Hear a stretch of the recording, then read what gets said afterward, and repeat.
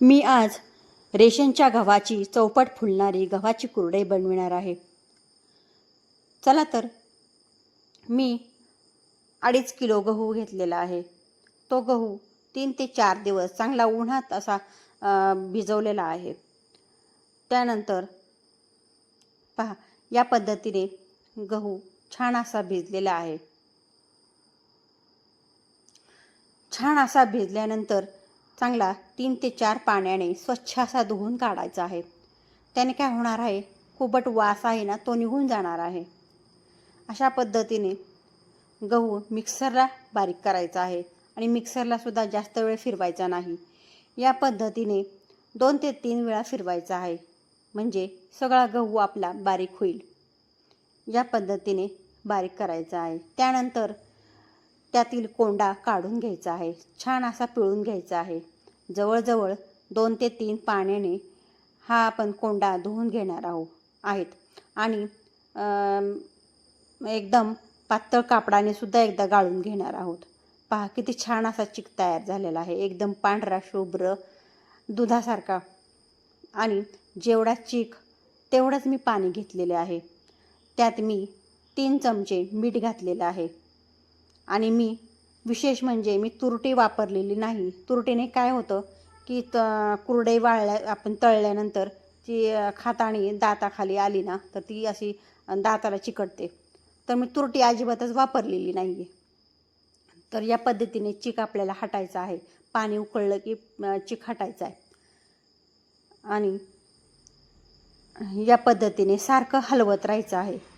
आता आपला चिक हा घट्ट होत आलेला आहे. पहा, अजिबात गाठी होऊन द्यायच्या नाहीत. सारखं एकसारखं हलवत राहायचं आहे.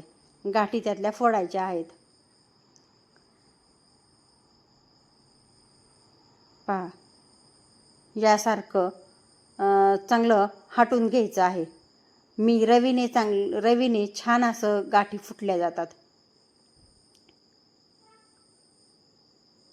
पहा, आपला चिक आता घट्ट होत आलेला आहे. छान असा 2 ते 3 वेळा झाकून ठेवून पुन्हा चांगलं वाफवून त्याला घ्यायचं आहे. आपला चिक हा जवळजवळ अर्धा तास शिजवायचा आहे. त्याने काय होणार आहे, चिक चांगला शिजणार आहे.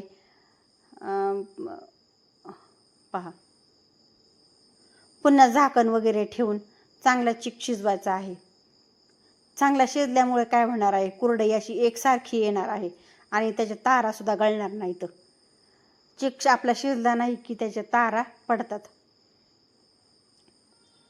आता झाकण ठेवून जवळजवळ अर्धा तास कमी गॅसवर चांगला शिजवायचा आहे. आणि अधूनमधून उलटण्याने चांगला हलवून घ्यायचा आहे.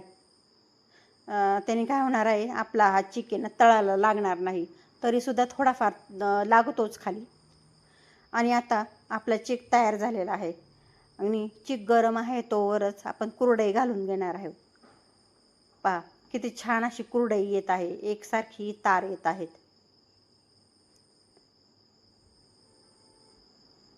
पहा, या पद्धतीने कुरडया घालून घ्यायच्या आहेत. चांगला शिजल्यामुळे आपल्या कुरडया सुद्धा छान अशा येतात.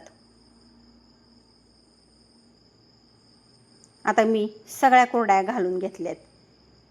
पहा, आता ह्या कुरडया जवळजवळ 3 ते 4 दिवस कडक उन्हात वाळून द्यायच्या आहेत.